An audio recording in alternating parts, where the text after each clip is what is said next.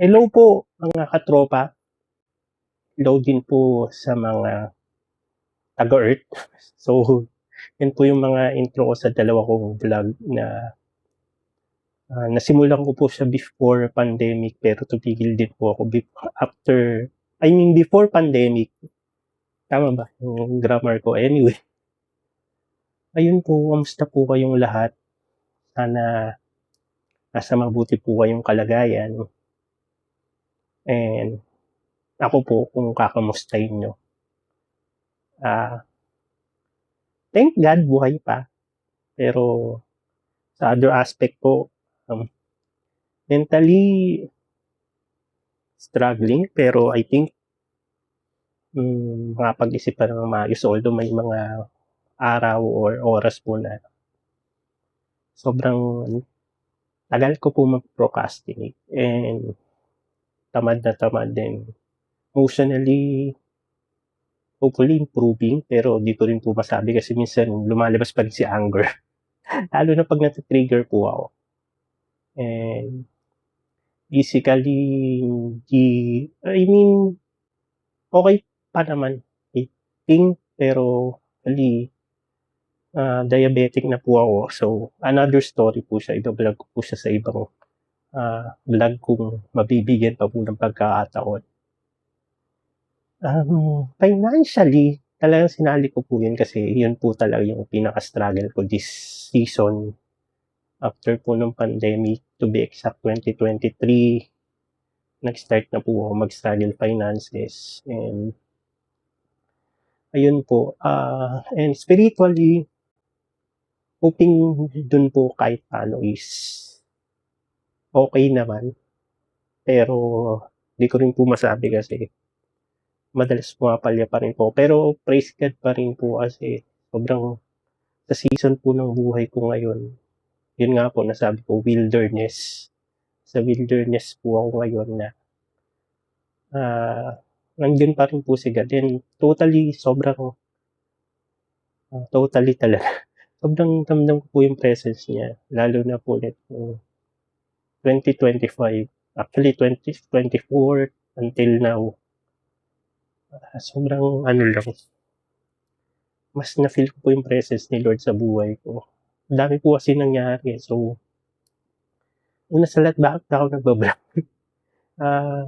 Actually, naisip ko nga kung ibablog ko siya kasi nga, feeling ko maraming magbabash sa akin.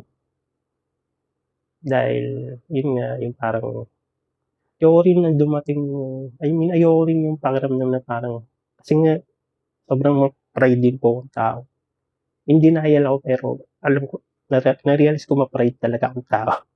Ayoko yung kakaawaan ako or yung feeling na naawa yung mga tao sa akin. Ang inulit ko lang. Pero siguro, yun nga, kung napanood niyo po ito, sana pag-pray niyo po ako. And, yun nga, yung tulong na, ako mas naniniwala po sa power ng prayers talaga. Sobrang, iba pag kumilos si Lord, iba po siya magturo. Sobrang ramdam po talaga si Lord. Mahaba-haba kwento kasi gusto ko po hanggang hindi ko nga alam kung ano talaga ang kwento ko sa vlog na to. Pero siguro, hindi pala siguro, kumbaga. Yun nga po, nasa season ako ng buhay ko ngayon na akala ko okay ako. Before, akala ko talaga mas kilala ko na si Lord, yung faith ko talagang kay Lord. Pero, yun nga, yung sa season po ng wilderness ko na dumating sa buhay ko is hindi pala. Kasi dumating yung point na, teka lang, baka maiyak ako.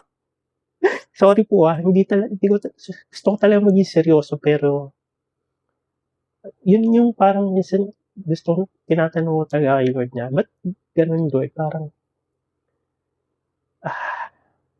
ayaw magpasaya ng tao, pero sa sarili ko, ang hirap pasayain, diba? Kumbaga hindi ako makontento. And siguro, sisimulan ko po yung vlog na to kung nakikita nyo po sa taas, may mga words po dyan. Hindi ko na po siya iisa-isa, eh. Pero sinimulan ko po siya, hindi po ako nagkakamali, mga 2024 or 2010. Hindi ko na nga po matandaan kung kailan ko binili yung tawag ko dyan is Blackboard or so sa yun nga po, basta sinimulan ko po siya magsulat dyan nung nagsa-struggle na po ako sa yun nga po sa season ng wilderness ng buhay ko na. Sabi ko nga yung isa-summarize po ngayon, yung nasa wilderness na ako tapos brokenness pa yung na-experience ko dito. And yung brokenness na po yan, talaga yung pagturo. Sorry po, magalaw talaga yung kamay ko is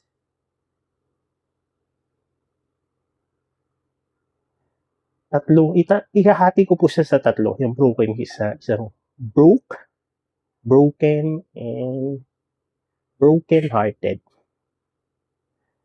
And lahat po yan, masasabi ko na experience ko po talaga siya noong 2023. So, konting throwback lang. Total na uso yung 2016 throwback is November 2016 po ako naging born again, or masasabi natin nagkaroon talaga ng spiritual walk. I mean, hindi ko po sinasabi na before wala pong hindi ko po kilala si Lord. I'm galing po actually sa isang Catholic. Yung buong family ko po before Catholic. And another side of story. So, ang kwento ko po yung sa story ko, yung sa spiritual journey ko na, yun nga po, 2016, nagbabaptize po ako sa isang Christian church. And hanggang ngayon po, nasa Christian church pa rin po ako.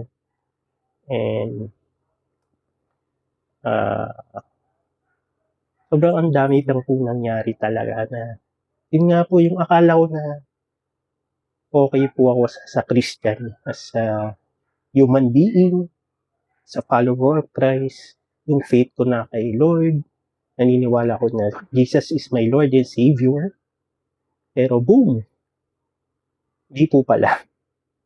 So, ayun po, doon ko po sisimulan yung kwento ko kung bakit po ako nasa season ng wilderness na, yun nga po yung sa kung saan church po ako ngayon, yun nga po yung sa isang event nila, sa isang conference, ang pinaka main topic po is about brokenness. And yun po talaga yung na-feel ko ngayon na sobrang dami po nangyari. Kumaga sa ilang taon pa lang noong 2023. Kasi before po, masasabi ko yung buhay ko, okay naman. Hindi naman po kami mayaman. Hindi din po ako anak ng contractor. I mean, before po, kung may gusto talaga akong bilhin, kaya kong pag-ipunan. Or pag may gusto akong puntahan, may gusto akong gastusan, kayang-kaya ko pong pag-ipunan. May mga savings po ako, may mga insurance po ako. Hindi ko nga po alam kung active pa. Kasi hindi ko na siya nahuhulugan. And sobrang nakakatulong po ako sa mga magulang ko.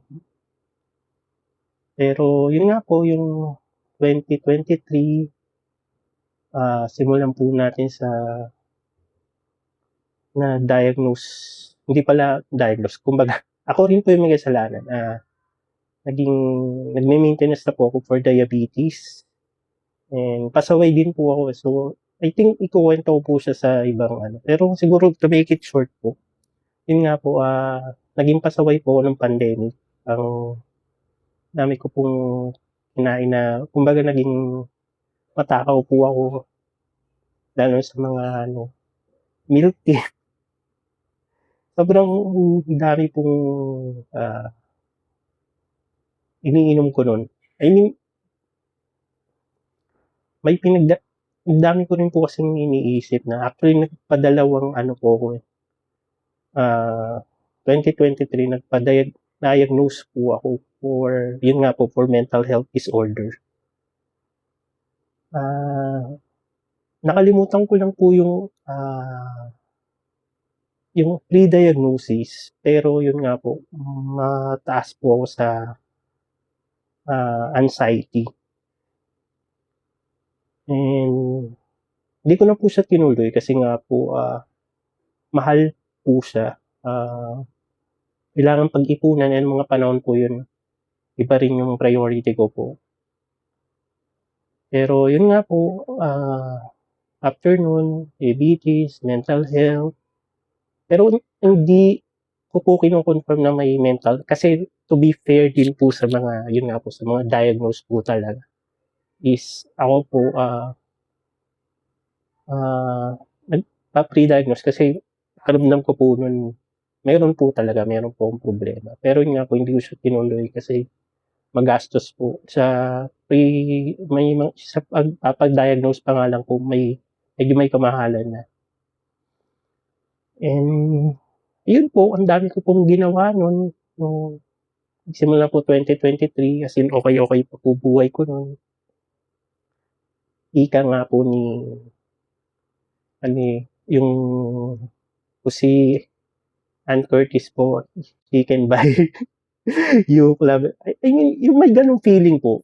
Ay, hindi ko naman sinasabi na kaya ko talaga. Pero, yun talagang yung before po talaga, yung kayang-kaya ko talaga. Kasi yung vitamins ko po noon is talagang sa isang yung mamahaling vitamins pa.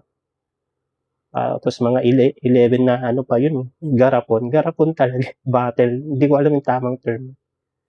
So, ayun po, dami po nangyari.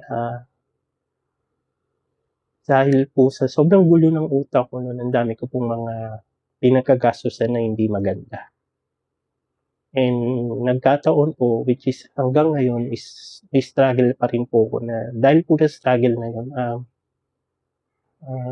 if I'll be honest po, is type of addiction, hindi ko lang po ma-share sa ngayon, pero hopefully praying po na pag nabigyan po ng lakas ng loob. And of course, with the guidance of our Lord, ma-share ko po yung specific struggle na yun, yung addiction na yun. Yun nga po, ang dami kong pinagkagastusan nun na related dun. Then, kaya I'm broke po, and broken. Kasi yun nga po, may sakit po, diabetes, and financially, hindi ko na nga po mabilang yung dami ko pong utang sa totoo lang. Dahil po sa natikman ko na resulta ng addiction ko na po yun is ayun nga po, ang dami kong pinagagastos na hindi maganda. And umabot po sa yung utang ko po ngayon, hindi ko na nga po inisip ko nga po kung calculate ko pa, pero mukhang kailangan po kasi gusto ko rin po siyang bayaran, wala naman po akong balak takasan. Pero sa totoo lang po, hindi ko po talaga kaya ngayon. Hindi ko po talaga alam kung paano ko siya babayaran. Feeling ko nga po umabot na siyang 3 million yun sa mga credit card, mga personal loan sa mga bangko. Kasi nung yun nga po, between 2023 to dati, actually, before po kaya ko talaga i-manage yung isa or dalawang credit card. Kasi hindi po ako talaga ganun kagastador talaga before. Pero yun nga po, between 2023, 2025, actually, sa ano nga lang eh, kung iisipin ko nga, parang between 2023 and 2024, nangyari yun nga po, yung naging gastador talaga ako. And yun nga po. Kasi sa halos 2 taon na yun, parang yung credit card ko bigla naging 7. Ang lakas ng loob ko po, diba? Kasi yun nga po,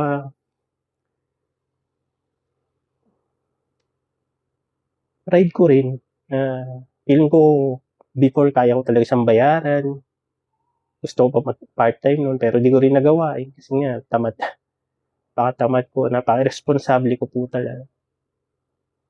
And umabot po na itong 2025 sa online lending app naman para mabayaran ko yung ibang utang ko noon kasi may mga utang din po sa mga tao eh. Pero thankful po ako doon sa mga taong pinagkakautang ko kasi willing to wait po talaga sila. And yun nga po nangyari is after 2025 yun nga po, nawalan pa ako ng work noon, mga December 2024. Ibang kwento po siya. Ayoko lang maubos yung oras ko kasi minsan wala nang sense yung mga pinagsasabi ko. Pero yun nga po, 2025 yun, mas lumalaki pa yung utang ko kasi nga parang pinagtatapal ko lang yung sa online lending. Pero hanggang ngayon po, actually, may mga tumatawag po, nangungulit. Pati, ang mali, I mean, dinamay ko pa yung contact number ng ilang kaibigan ko. And pasensya na po kung kayo yun. And yung sa mga magulang ko, which is yung pakiramdam po na sobrang guilty, sobrang nakaka-guilty po talaga na ayoko na pong idama yung mga magulang ko. Pero yun nga po, kaya tawagan sila.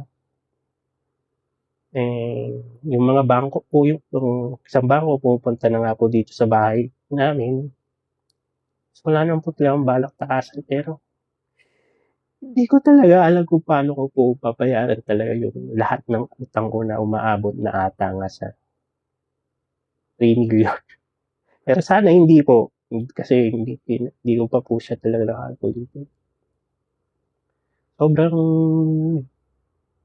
yun po kaya sabi ko nga I'm broken kasi po may sakit nga po yun nga po mentally, physically gusto ko pa naman po ma-improve talaga. Ayoko po pero yun nga po pag iniisip ko po talaga yung problema ko sa pera and gaano po siya nakaka-apekto din sa mga magulang ko at sa ibang tao.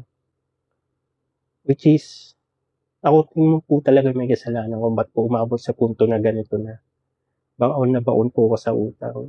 Which is before, talagang may savings pa ako, yung parang, ay, mabibili ko talaga pag pinag-ipunan ko, pag talagang nag-set ako sa isang bagay na gusto kong bilhin. Kahit nga hindi ko kailangan pag naisipan ko lang.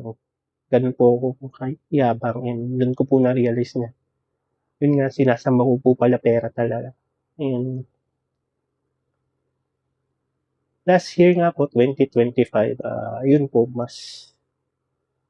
ang galing lang po talaga magturo ni Lord kasi ang dami ko pong natututunan. And I think mas nakikilala ko po siya kahit nababawasan po yung mga tao nalalapit. I mean, hindi ko na po rin naman po sila masisisi kung iniiwasan na rin po ko or yun nga po hindi ako mapapahiram kasi alam ko naman po bawat tao, lahat po tayo may mga pinagdaraanan din, lahat din po tayo may mga pinagkagastusan. So, pero before po talaga matampuin ako. Although, minsan meron pa rin.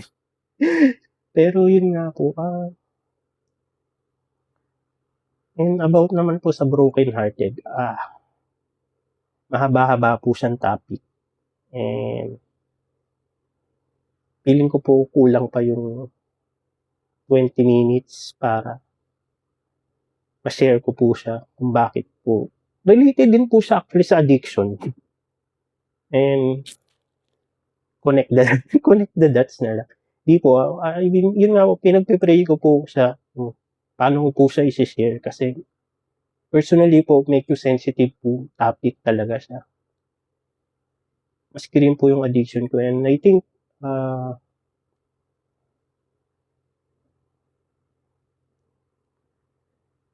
kasi maski family ko po hindi rin alam.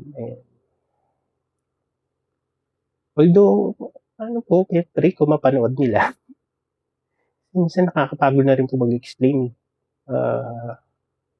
Lalo po sa ibang tao. Minsan inisip mo talaga kung sino talaga concern sa'yo, sino yung nakikichismis lang. Pero ako po talaga pinagpe-pray ko na lang is maging okay po ako, yung pamilya ko, and babayaran ko po yung mga utang ko. Yun po. So, may utang po ako sa inyo na yun nga po about sa kung paano po ako nabaon sa utang. Trying po ma-share ko siya. Hindi po dahil para gusto kong ipagyabang. I mean, hindi po siya gusto ko lang pong linawin. Hindi po inspirational vlog to. Hindi po para mag-share ng lesson. Actually, more of sa sarili ko. Hindi, pero Pinagpe-pray ko rin po talaga 'to kay Lord kasi nga po yung feeling na yung 'pag nag-share ka ng something na talagang against sabihin na natin against sa morality or against sa paniniwala ng mga tao lalo na 'pag Christian ka. Sobrang magja-judge ka, eh, kahit kapwa mo Christian. I mean, kahit anong religion mo naman or ano. Ayun po, siguro gusto ko lang pong i-share is I mean, bago ko pala matapos 'tong vlog na 'to, gusto ko lang pong i-share yung, yun po, actually ito tawag po sa'kin ngayon. Ito po yung isa sa mga pinagkakautangan ko. Pero gusto ko lang pong i-share sa inyo is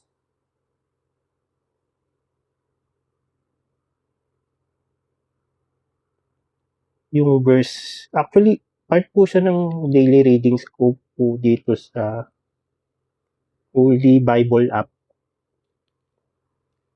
And ano po siya, Psalms 43. Basahin ko na lang po, kasi actually kanina po ano siya, eh, tinatanggal ko yung highlight kasi 'pag may verse po ako na tamang-tama sa puso, minsan tinatanggal ko po, hina-highlight ko siya. Pero ngayon, wala yung highlight niya, anyway. Pero babasahin ko po siya ng buo, kasi maikli lang naman po siya. Psalms 43. Declare me innocent, O God. Defend me against these ungodly people. Rescue me from these unjust liars. For you are God, my only safe haven. Why have you tossed me aside? Why must I wander around in grief? Oppressed by my enemies? Send out your light and your truth. Let them guide me. Let them lead me to your holy mountain, to the place where you live. There I will go to the altar of God. To God, source of all my joy, I will praise you with my harp. O God, my God, why am I discouraged? Why is my heart so sad? I will put my hope in God. I will praise Him again, my Savior and my God. This is the word from the Lord. Praise be to God. Thank you, Jesus. Well, ito pong Psalms 43, lately nga po halos lahat ng Psalms is nakaka-relate po ako. Hindi ko alam.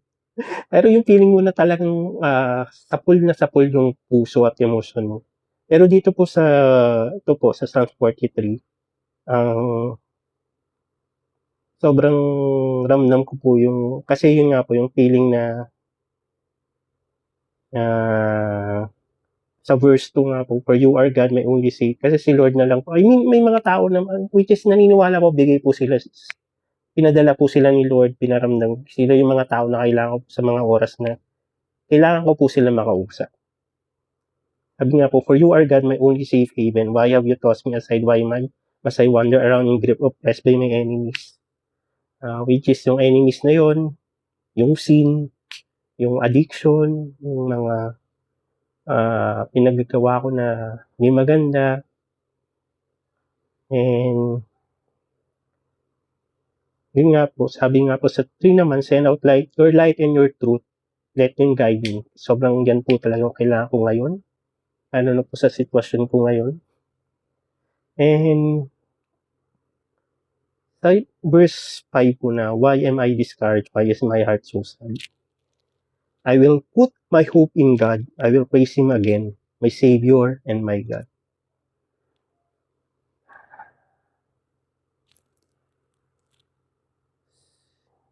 Sa kabila po na nangyari sa buhay ko, naniniwala po ako na si Lord nandyan pa rin po para sa akin. I mean, pwedeng sabihin ng ibang tao na deserve. Actually, naniniwala po, deserve ko rin talaga. Kasi nga po, sobrang yung faith ko noon, parang lately ko lang nga po talaga na-realize na si Lord is siya lang po talaga yung susi sa lahat-lahat and makakatulong po sa akin. And dami niya pong naturo sa akin. Gustuin ko man pong isa-isahin ngayon. Siguro sa ibang vlog na lang. Mauulit pa. Pero, yun nga po, siguro, tuwing nagbabasa po ako ng Bible, isa po siya sa talaga nakakatulong sa'kin 'pag nagbabasa po ako ng word, nakakatulong po siya na napaalala sa'kin ni Lord na hindi niya po ako pinababayaan. Kahit yung situation ko nga po is sobrang gulo, nasa wilderness season po ako,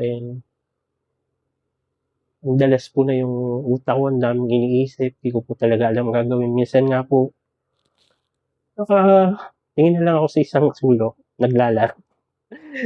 Ayun, basta ang dami pong instances po talaga this season ng buhay ko na ang dami niya pong tinutulong sa'kin.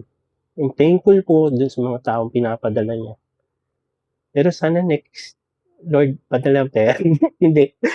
May kwento po ako actually yan. Pero yun nga po, parang, yun nga po yung ibang success stories, di ba? Parang nakaka-amaze kung paano gumagalaw si Lord sa mga buhay nila. And ako po yun po din talaga pinagdarasal ko. Lord, ano ba yung tinutulong niya sa akin? And babalik po tayo dito sa blackboard ko na yung mga word po na nandyan or mga text is yan po yung mga word na pinapaalala sa akin ni Lord na pag nakakalimot po ako, tinitingnan ko lang yan. Pero minsan, kahit tignan ko, parang gulo pa rin utak ko, diba? Pero yun po, gusto ko lang po talaga open po or open-minded po kayo na ipag-pray po ako. Sobrang need ko po yan. And